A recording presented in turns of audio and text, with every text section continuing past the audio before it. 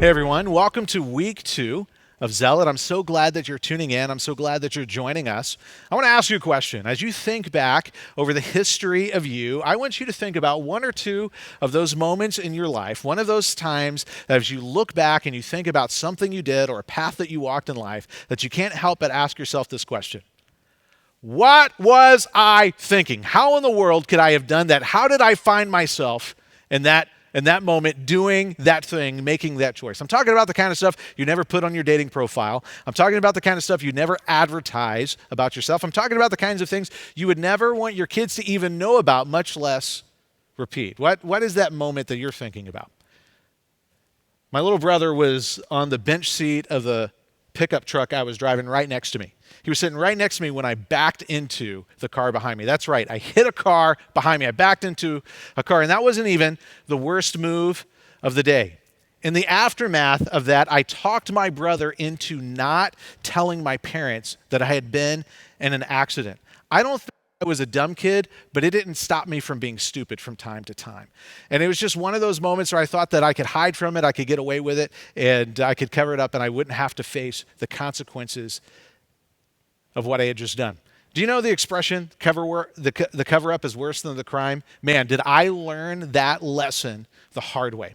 And in the aftermath of that dumb choice that I made, I had to realize the fact that I had broken trust with my parents. I'm now in debt. They had to pay to fix the other car out of their own pocket. Now I owed my parents several $100s that I had to pay them back. I had to live with the embarrassment of my failed plot to protect my own image. And I also had to live with this. And this is something that I wasn't expecting.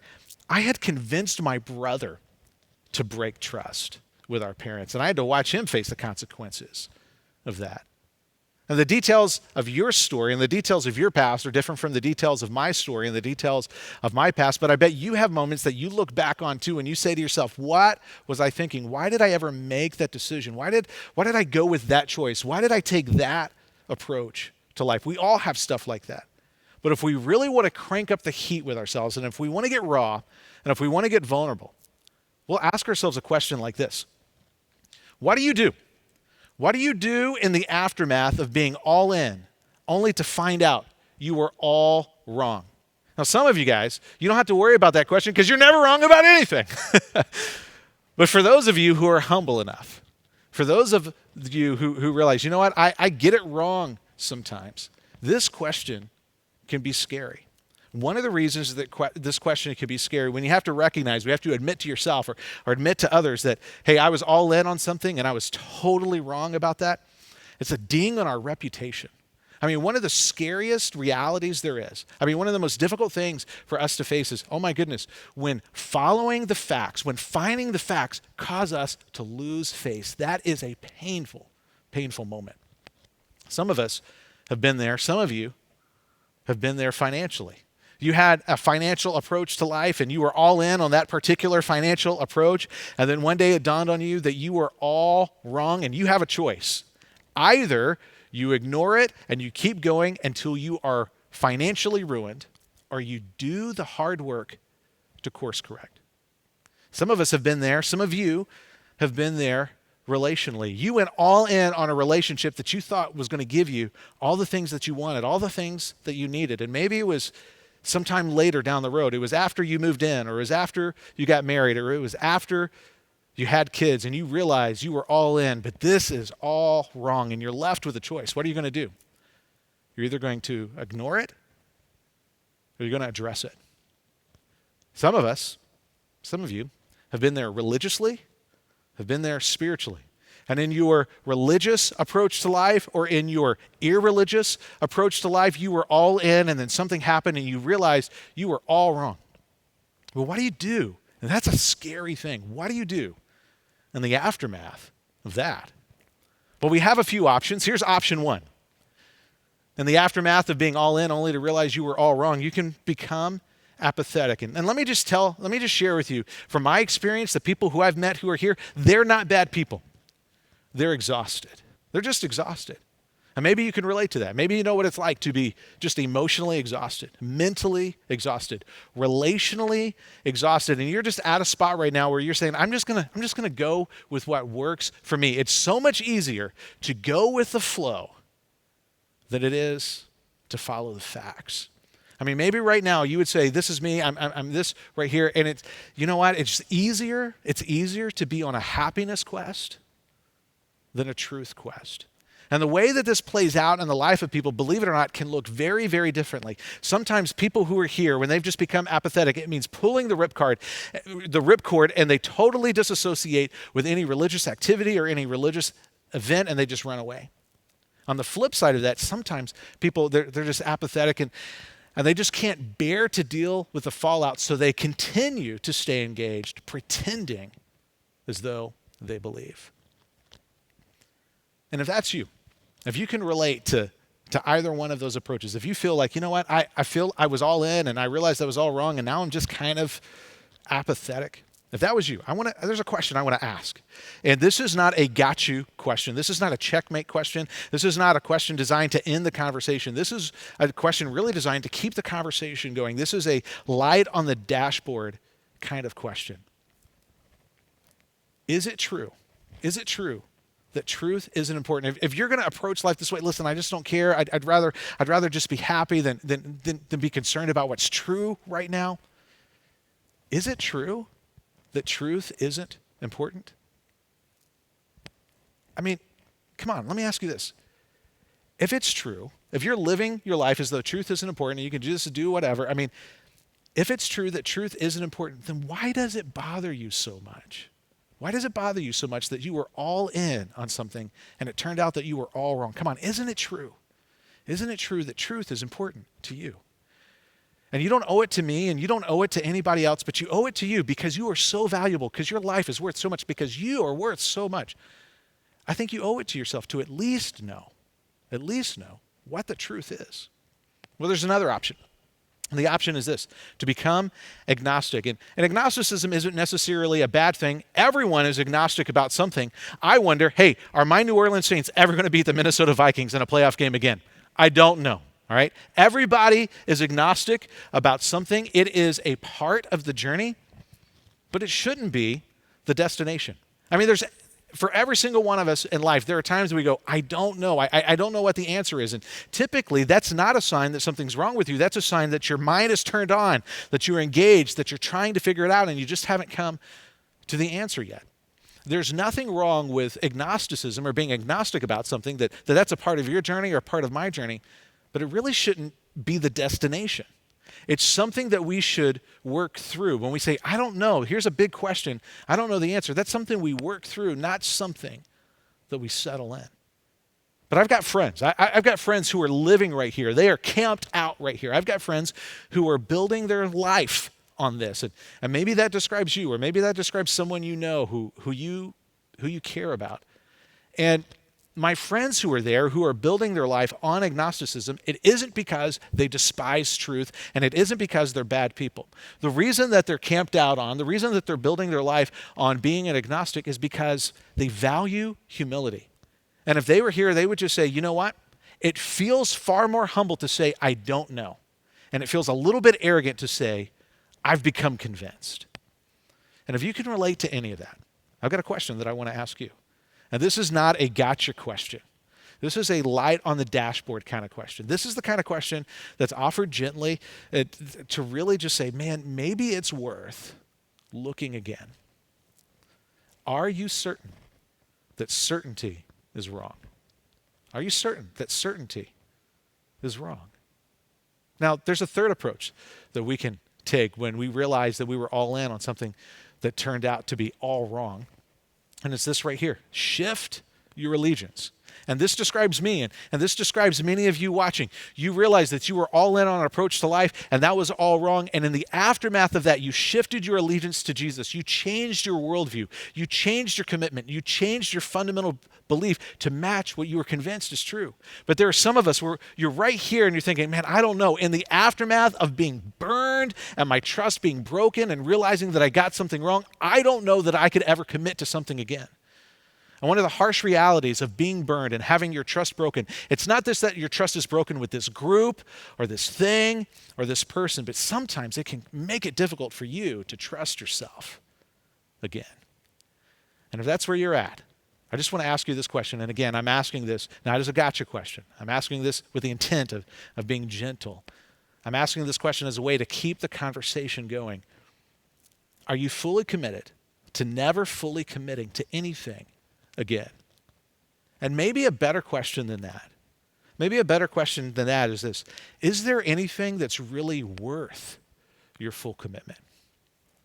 Saul, the zealot, who had a life-changing experience, would say yes. Even in the aftermath of being all in and discovering that you were all wrong, there is something that's worth your full commitment and your full devotion because there's delight waiting for you. Last week, we began by asking the question, is it possible that people can really change? Today, we're going to look in on the life of someone, maybe one of the greatest stories of life change that you could ever read or hear about. We're going to look at what happened to this guy named Saul, the zealot, the Pharisee, the persecutor of Christianity, who switched, who had a major life-changing event, and he became a passionate and compassionate follower of Jesus and leader of Christians. And we're going to approach his story from a little different angle. Instead of just going first and looking at what he had to say and what happened, we're going to look at his story through the lens of somebody else's life. I'm talking about a guy named Ananias. Ananias was a Christian. He was a follower of Jesus. He lived in this town called Damascus. And he had heard about Saul. He knew that Saul was on his way with orders to arrest Christians. Word had gotten out. Trouble is coming. Saul is on his way. Be careful. It's very likely that this guy, Ananias, knew people who Saul had arrested before.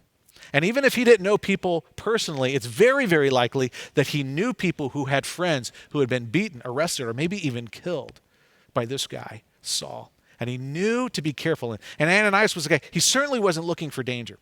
It's not beyond the pale. It's not too far of a stretch to imagine that at night, the pillow talk that he shared with his wife sounded like this. How are we going to stay safe? What are we going to do if he finds us? Who's going to take care of the kids if something happens to us? And I don't know what the daily routine of Ananias' life was, but we know he was a guy who was not looking for trouble. He was not looking for danger. He was probably trying to keep his head down, do the right thing, not draw any attention to himself because he didn't want any hurt and he didn't want to get arrested. That is until this happened. In Damascus, there was a disciple named Ananias, and the Lord called to him in a vision. So he's just minding his own business. We don't know what he's doing. He could be, repairing the roof, milking a goat. I don't know what's happening. He's just minding his own business, and God comes to him. Ananias. Yes, Lord, he answered. The Lord told him, go to the house of Judas on Straight Street and ask for a man from Tarsus named Saul, for he is praying. In a vision, he has seen a man named Ananias come and place his hands on him to restore his sight. Lord, Ananias answered, I have heard many reports about this man and all the harm he has done to your holy people in Jerusalem. Let me just stop there. So Ananias, he's minding his own business. God comes to him in a vision, and Ananias basically says, God, you seem a little out of the loop on this one. God, Lord, why is it that I seem to know more about this guy than you know about this guy? This guy is trouble. He has been hurting your people. Why don't you know what's going on with this guy? Ananias continues. He says this, He has come here with authority from the chief priest to arrest all who call on your name. I'm included in the all, Jesus.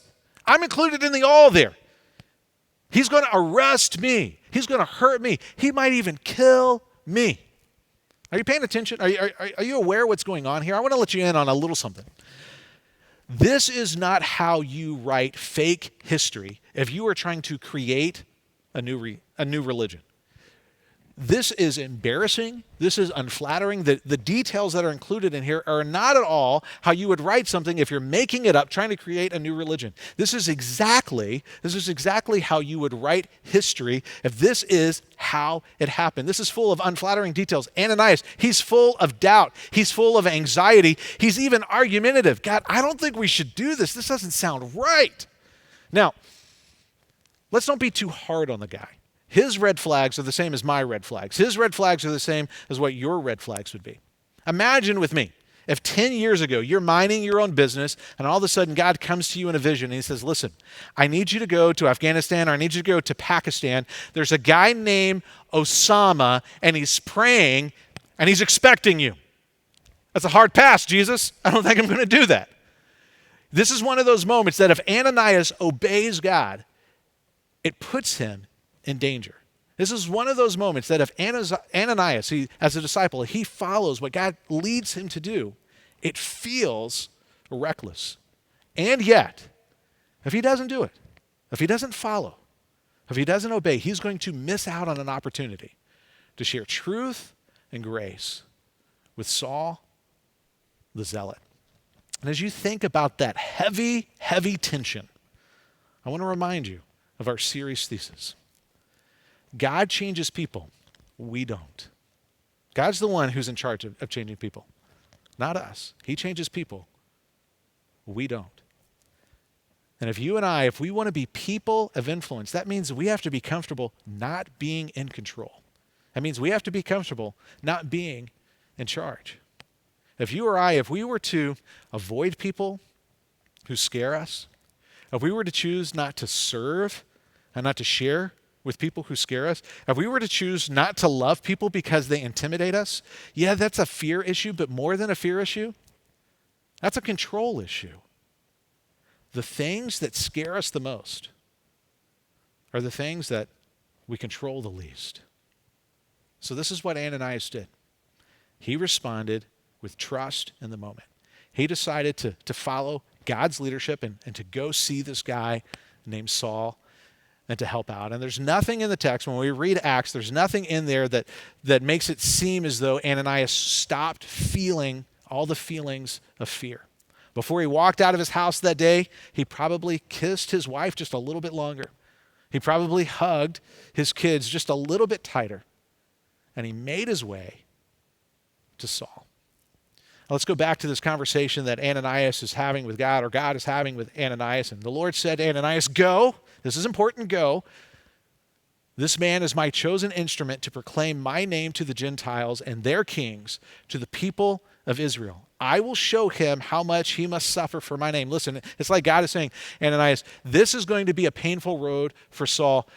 Don't try to respond with revenge. This is a guy who needs a little bit of gentleness and compassion. It continues. Then, this is how Ananias responded. Then Ananias went to the house and entered it, placing his hands on Saul. What would you do? What would you do? What would your first move be when you opened up the door and stepping into a situation that it could be the end of your life? Ananias walks in and he places his hands on Saul. And he said, Brother Saul. This is a relationship term. The first thing that Ananias does when he steps into that moment, he steps into that moment with gentleness and affection. Brother Saul, the Lord Jesus, who appeared to you on the road as you were coming here, he has sent me so that you may see again and be filled with the Holy Spirit.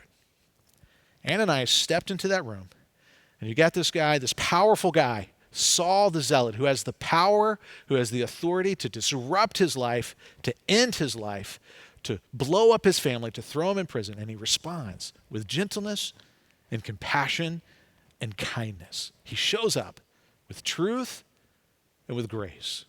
I want you to think about how easy it would be. How easy it would be if he opens the door and he walks in and he sees Saul there and he's unable to defend himself. All of a sudden the tables have turned. The situation is flipped. Ananias is the one with power and Saul is the one who's vulnerable. How easy would it have been to literally kick a man when he's down? How easy would it have been for Ananias to go and get his friends and rough up Saul just a little bit to make sure he really got it, to make sure that he was really penitent, to make sure that he really connected with how much he had hurt others.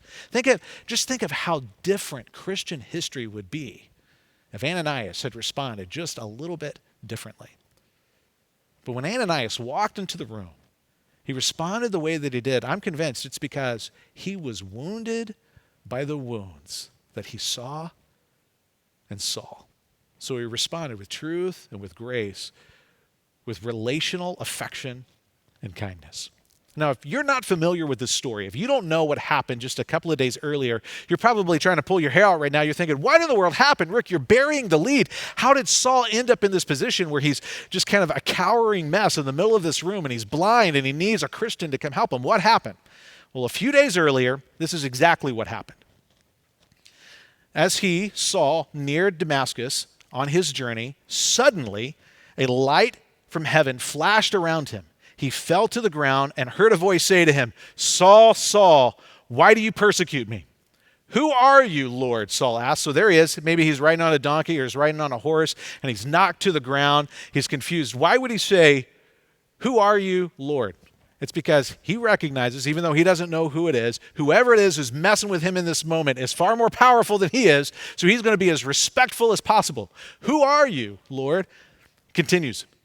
The voice says, I am Jesus, whom you are persecuting. Have you ever had one of those moments where it's like all of the sudden, in a flash, you're able to see everything that you had been doing with more clarity than you ever had before? Those are kind of the I'm busted moments, and then all of a sudden everything clicks together and you see it. Saul, in this moment, he realizes, I wasn't wrong that God is real, but I was totally wrong on what he's like. I wasn't wrong that a relationship with God was important. I wasn't wrong that devotion to God is important. But I was totally wrong on how God wants people to approach him and how God approaches people. For those of you who are watching right now, and maybe you are tuning in after tuning out for a long time, maybe you would say that you are reconsidering Jesus right now. Is it possible? Is it possible that the view that you once had or the view that somebody else gave you, is it possible that that view of who God is, of who Jesus is a little bit skewed? Is it possible that the version of God that you ran away from is the same version of God that we should all run away from? Is it possible that who you thought Jesus was isn't who he is at all?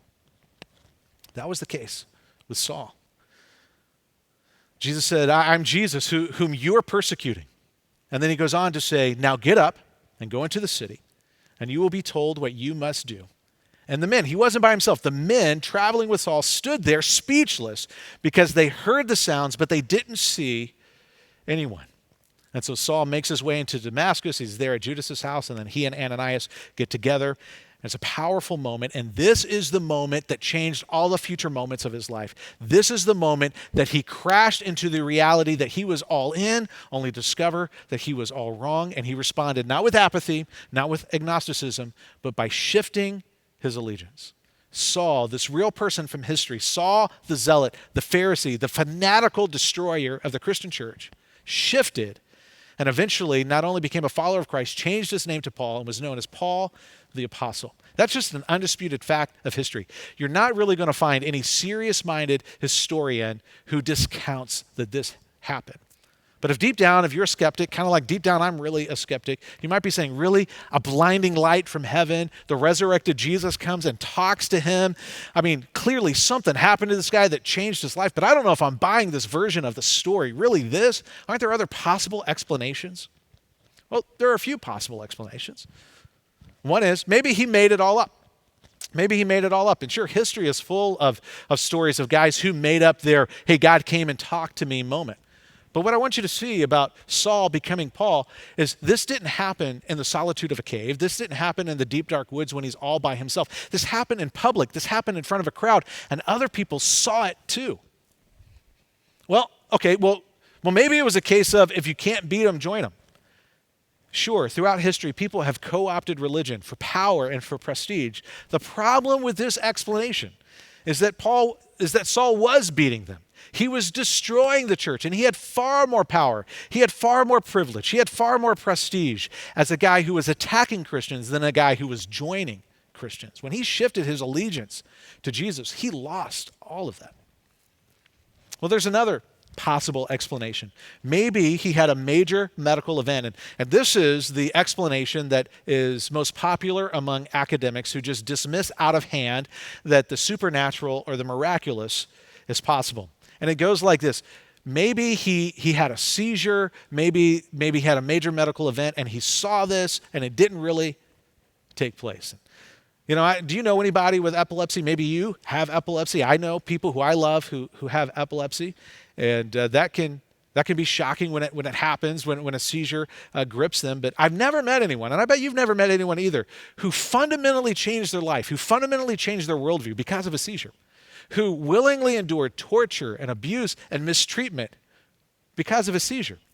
And here's the thing about epilepsy. It's not contagious. Here's the thing about seizures. It's not contagious. This didn't happen to Paul in isolation. There are other people there too. And Paul having a seizure doesn't explain at all the other people who were there with him in that moment who saw it all go down. N.T. Wright, a New Testament scholar, an expert on the life of Paul, this is what he has to say about this. Theories of this kind are, in fact, a bit like what happens when people who have never seen a neon sign are suddenly confronted with one, but in the script of a foreign language. They spend their time wondering how on earth it lights up like that without even realizing that the sign is saying something. And what he's saying here, something powerful happened. Something changed his life. And all of these other explanations, they fall by the wayside. They can't explain all the facts and the evidence. The guy who wrote Acts, the guy who did the historical account of the church and this aspect of Paul's life, his name was Luke. He was a historian, a fantastic historian, and he was a doctor. The most logical conclusion is that this went down exactly the way that Luke described. This went down exactly the way that Paul would look back on his life and tell this story of his life. This is the moment that changed all moments of his life. This is the moment when he shifted his allegiance. It's because he crashed in to Jesus and it changed everything. That's another thing about this story that I want you to know. Over the course of time, the details never changed. When Paul would tell this story over and over throughout his life, it never got bigger, it never got more grandiose. He didn't embellish it. He didn't change the details with the passage of time and with the growth of his influence. He just continued to tell this story. And isn't this the kind of story that you tell? Excuse me. Isn't this the kind of story that you tell when people who knew the old you and then they meet the new you and they're trying to explain the unexplainable change in your life? Isn't this the kind of story that you tell? And you probably don't have supernatural details of a miraculous event where you got knocked off a horse and were blinded by light from heaven, but you have a story about how you crashed into Jesus and how you realized that you were all in, but you were all wrong, and you trusted Jesus. You shifted your allegiance to him, and it changed everything for you. This is the story that Paul would tell for the rest of his life. As a matter of fact, he would travel the known world and he would share about Jesus and he would share about that moment and why things changed. And he would share it in small groups and he would share it with large audiences trying to gain attention for the sake of the gospel. And he would even share this with kings and he would even share this with political rulers of Rome. And I want to give you a snapshot into one of those times much later in his life when he shared this story. We read about it in Acts chapter 26. Paul was in chains. He was in a courtroom, and he was having to defend himself to a Roman governor named Festus. Not Festivus. That's a Seinfeld episode. But he had to share this defense with a Roman governor named Festus and a king named Agrippa. In Acts 26, we read this. The king is familiar with these things. He had just told his story about what happened, the thing that we just looked at. The king is familiar with these things, and I can speak freely to him. I am convinced that none of this has escaped his notice. Why would he say that? Because it was not done in a corner. Let's just pause there for a second. You know what that means? That means that there were eyewitnesses to that event who were sharing about it, who were talking about it. That means even the people who didn't believe the way that Paul believed. That means even the people who didn't shift their allegiance to Jesus, that they would say, listen, I don't believe what that guy believes. I wouldn't live my life the way that he lives his life. But when he tells that story, it is backed up by the facts. It is corroborated by eyewitnesses. People just knew about it. It was common knowledge. It didn't take place in a corner. And then he continues, King Agrippa, do you believe the prophets? I know that you do. Then King Agrippa said, hold on, Paul, stop right there. Do you think that in such a short time that you can persuade me to become a Christian? And this is where we're going to see with stunning clarity exactly how Saul the Zealot has gone away and replaced by a brand new guy with a brand new approach, Paul the Apostle. He responds this way. Paul replied, short time or long. Short time or long. You know what, King Agrippa, I know I can't change you. I know I can't control you. I can't change your life. Only God can do that. But I'm going to share my story with you because I want to invite you to discover the things that I discover. I want to invite you to be able to be healed and transformed and have new life from the things that I discovered in Jesus. I'm inviting you. I'm just sharing my story with you. I'm not trying to change you. I'm not trying to control you. I'm not trying to manipulate you. And however long it takes, however much time you need to get your questions answered, however many questions you need to ask, whether it's a short time or whether it's a long time, it doesn't matter. I'm in. And if you know the story of Paul, if you were to go back and read Acts 25 and 26, one of the things that you're going to see is that Paul could have leveraged his Roman citizenship to get out of prison. But he appealed to the court system because he wanted to keep going up and up and up so that he could share his story with people in power, even though he knew that meant that he had to stay in confinement and stay in chains even longer. He was willing to suffer on their behalf, short time or long. However long it takes, he was in. Paul replied, short time or long, I pray to God that not only you, but all who are listening to me today may become what I am, except for these chains. So there he is. He shares his story. And he says, this is what I want for all of you. I want you to become exactly like me. And then he throws in a little humor, except for these chains, of course. I'm appealing to you. I'm inviting you. I know I can't change you. I know I can't control you. I would never ask you to go against your better judgment. I would never ask you to pretend like you believe something that you don't believe. But I want you to know this because it can do for you the exact same thing that it did for me. I want to talk to a couple of different groups of people right now. For those of you who you would say that you're tuning in after tuning out for a long time. You're reconsidering Jesus. And I don't know why you're reconsidering. Maybe right now your kids are asking you questions and you're not sure how to answer those questions. So you're asking questions again.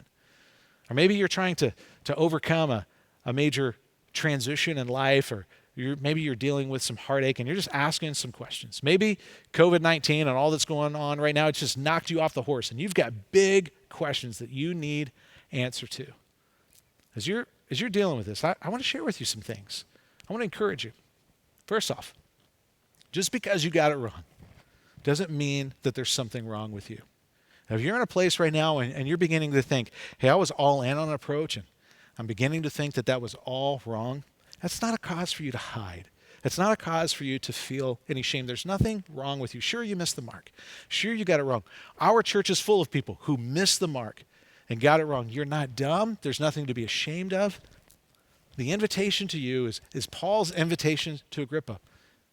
The same thing that happened to me is the same thing that can happen to you. Here's another thing. Just because you got lost doesn't mean the destination doesn't exist. However much time you need, short time or long, whatever questions you have, however many questions you have, I think you owe it to yourself. You don't owe it to me. You don't owe it to anybody else. But because of the value of your life, because of how valuable you are, you owe it to you to know what the truth is. You owe it to you to experience the freedom that truth can bring. I think you owe it to you to have a life that's defined by truth and grace. Now let me talk to another group of you. Those of you who are like me. You would say, Rick, I had that moment and I realized that I needed to shift my allegiance to Jesus, and you've given your trust to Jesus and you're following him now. I don't know if you've ever thought about it this way before, but you have a story to tell, and your story is incredibly important. And some of the reasons that stories are important is because it builds a relational bridge between you and the person who's listening to you. When you tell your story, and by the way, we were designed to think in stories. We're not computers processing data. We are designed to think and understand life in the context of story. And when you share the story of what happened to you, it draws people in. People are naturally curious because they want to know this thing that happened to you and all the good things that happened for you, is it possible for the same things to happen to them? Recently, I listened to a TED Talk by a guy named Dominic Colenso. And he is an actor. He's a communications expert. I have no idea what his religious beliefs or his views on Jesus are, but this is a guy who understands the power of story. He says this: we don't read the CVs or we don't read the resumes of people we admire. We read their biographies. We read their biographies. We want to know what happened to you. What did you experience? How did this unexplainable thing happen to you? What's the explanation for it? If you've experienced new life in Christ, if you've experienced a change, if you had that crash into Jesus moment, that knock you off the horse moment, and you realized you were all wrong on your approach to God, you were all in on your approach to life, and you were all wrong about that approach, and then you shifted your allegiance to Jesus, and he changed you. He brought freedom to your life. He brought transformation to you. You have a story worth telling. Last week, I asked you all to join me. Would you let the wounds of the wounded wound you? Would you read the stories of people who lost trust? This week, this is what I'm asking you to do.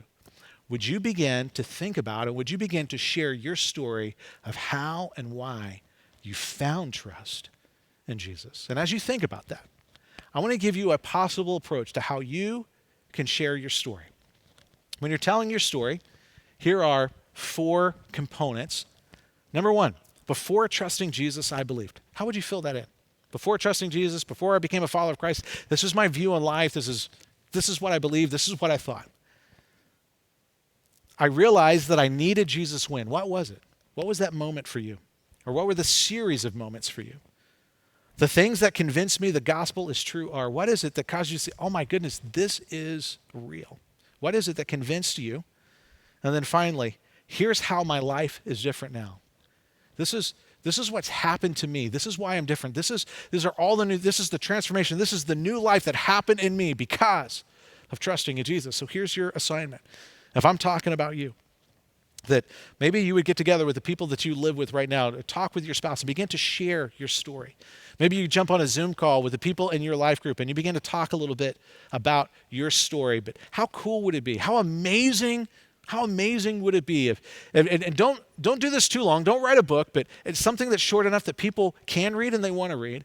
If people all over our community, everyone who calls Autumn Ridge Church home or wherever you're at, if you're a follower of Christ, if you would share your story and post it on social media, maybe even take a cell phone video and share your story and post it on social media so people can know your story and they can know that it's possible for them too. And you're wondering, well, why do we share our story? Why is that so important? Remember, God's the one who changes people, not us. It's not our job to change people. But you know what our responsibility is? Our responsibility is to invite people to consider that the same thing that happened to us could happen to them. I want to close with this thought. It's not my job. It's not my job to convince you, but to share with you what convinced me. And when I share my story and when you share your story, we're trusting God to change people. We're trusting that God is in control. That's not our job. Our job, our responsibility, our joy is to invite people to discover the same thing that we discovered. It's not my job to convince you, but to share with you what convinced me. So let me close with this question. What's your story? Heavenly Father, we thank you for truth and grace.